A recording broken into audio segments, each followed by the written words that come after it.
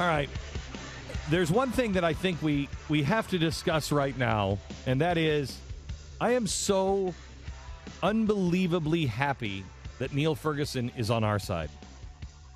Neil Ferguson is this Harvard professor. He's the guy who wrote the Newsweek magazine article, Hit the Road, Barack, Why We Need a New President Now.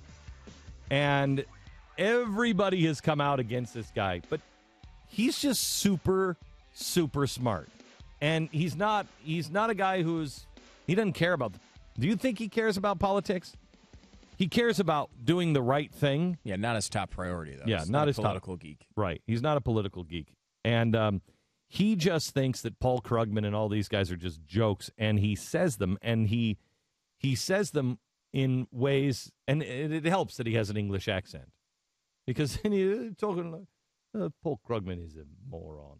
And you're just like, well, he knows because he's saying it with an English accent. Mm-hmm. But he wrote a quick little essay about his critics, and I just have to give you a couple of words. First prize goes to Berkeley professor David DeLong, he writes, whose blog opened with the headline, "Fire his ass now. He lied," rants DeLong. "Convene a committee at Harvard to examine whether he has the moral character to teach at a university." Oh, my gosh.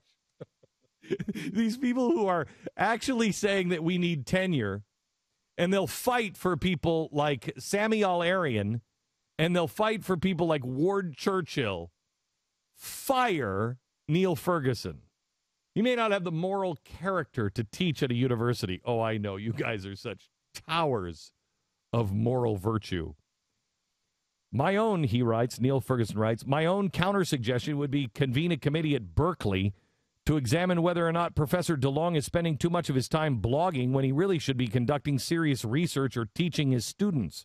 For example, why hasn't Professor DeLong published that economic history of the 20th century he's been promising for the past 6 years? It can't be writer's block. I love the professor trash talk. Oh, it's like, oh, yeah, where's your economic history of the last 100 years, sucker? This is so great. This is just nerd throwdowns. Listen to this one, because if you want to talk about a nerd throwdown, this is it. Runner-up is, I should do it in an English accent, as he was typing it in his head. Runner-up is James Fallows of The Atlantic. For his hilariously pompous post, "As a Harvard alum, I apologize. Well, as an Oxford alum, I laugh." In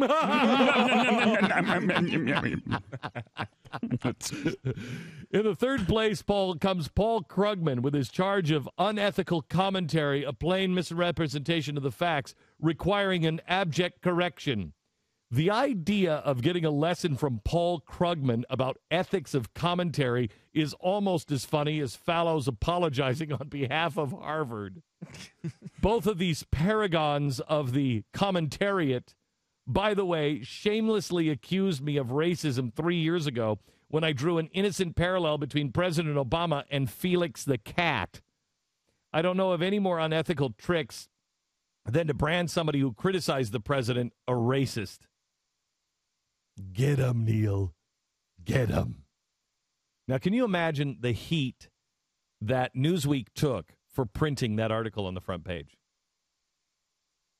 I mean, this is not, this is, what's her name? Tina Brown, who, isn't she, Tina Brown, she's the publisher, isn't she right there with what's her face, the really snotty Anna Wintour? Aren't they running in the same kind of circles? She's one of those people that people seem to think I should know who it is, but I have no idea. Me too. Thank you for saying that. People are like, well, it's Tina Brown. I'm like, Tina Brown is. You know who I know her from? One of the books from a long time ago, one of your books, when we were designing the cover, we put quotes from people who hate you and said horrible things about you. Oh, I love that. And I remember reading the quotes, and I'm like, who is Tina Brown? I had no idea who it was. I'd never heard of her before. Wait. Downtown Tina Brown. She was on MTV. Right? Yeah, I know that reference more than I know. That was Julie Brown. Julie Brown? But I know maybe that they're sisters. I don't know. Maybe. Yeah. Look up Tina Brown. Jeffy, look up Tina Brown. Who's Tina Brown? I know she runs Newsweek, but I don't know how she got that job. Yeah, she may be. I don't know. It's like one of those things that I think New York media people know. I just never knew. No, it's just Tina Brown. And that's the way everybody's like, and you feel stupid because you're like, I don't know who she is, really. But anyway, Tina Brown is, I think she's a publisher of Newsweek, and she's not, it's Newsweek, for the love of Pete.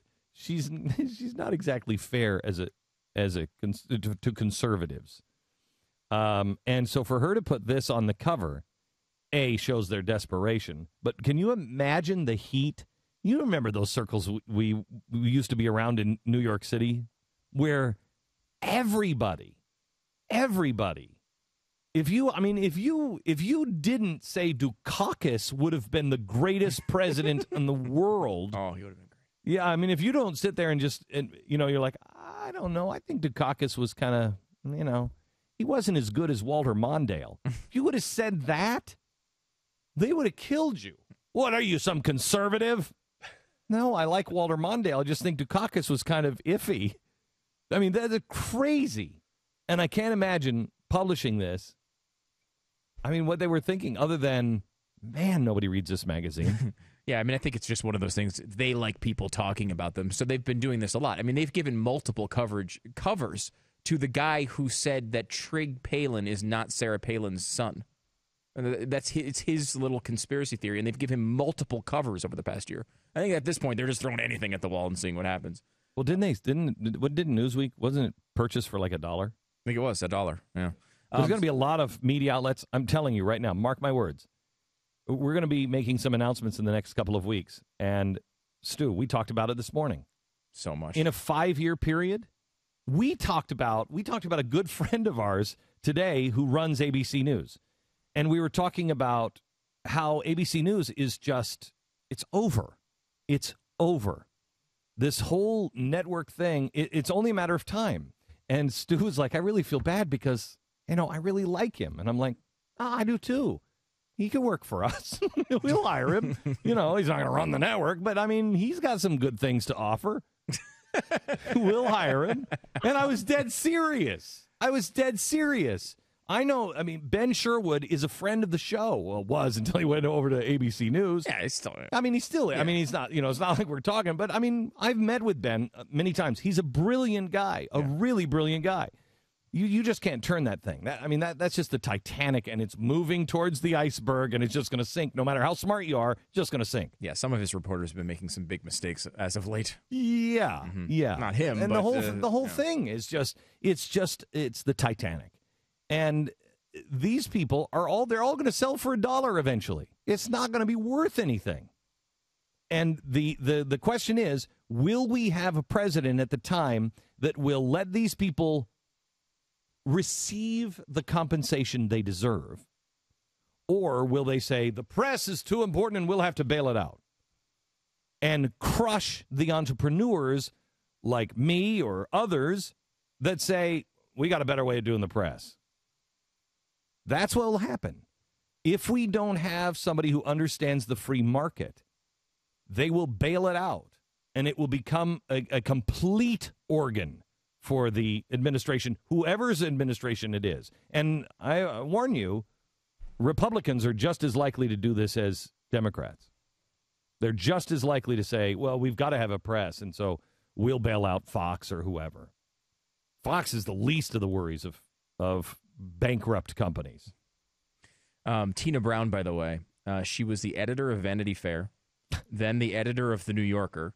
Then she eventually founded the Daily Beast, the website, and is now doing that along with Newsweek because they merged. But that's not something. No one should know who that is. No one should know who that is. That explains why everybody in New York, all the elites know, because the New Yorker. Have you ever read the New Yorker? I have at times, yes. They write articles that are like 69,000 words. And they're all bad. And isn't this the one with the really bad snotty cartoons that we used to make fun of in Fusion? Yeah. Oh yeah. That's right. Those are the greatest cartoons ever. I loved those cartoons. Chortle Quarterly. They were always. You didn't understand them. They were for the wealthiest 1%. And you're like, I don't understand this. And I'm sure that she's an American citizen now. It'd be wrong of me to assume anything else. But she was born in the United Kingdom. Yeah, but like this is typical. Like we're supposed to do with anything. I don't know because Jeffy's reading the Wikipedia page. But the 2007 she was inducted into the Magazine Editors Hall of Fame. It's like that's because people in New York know her because she's a famous magazine editor. Who cares? Who cares? I don't care at all. I had no idea who she was. And I remember putting the quote on the book, and we should find out what the quote was. It's like, does anyone know who Tina Brown is? Like, it was like people like Keith Olbermann, Jon Stewart, all these people that people kind of know who have said terrible things about you. Like, why is Tina Brown in this book? You were fighting for some other terrible quote. Some Maybe other we didn't have any more terrible quotes. Oh, we had plenty of terrible quotes. Don't you worry about that. I want people that people know trashing you, not people that people don't know trashing you. What fun is that?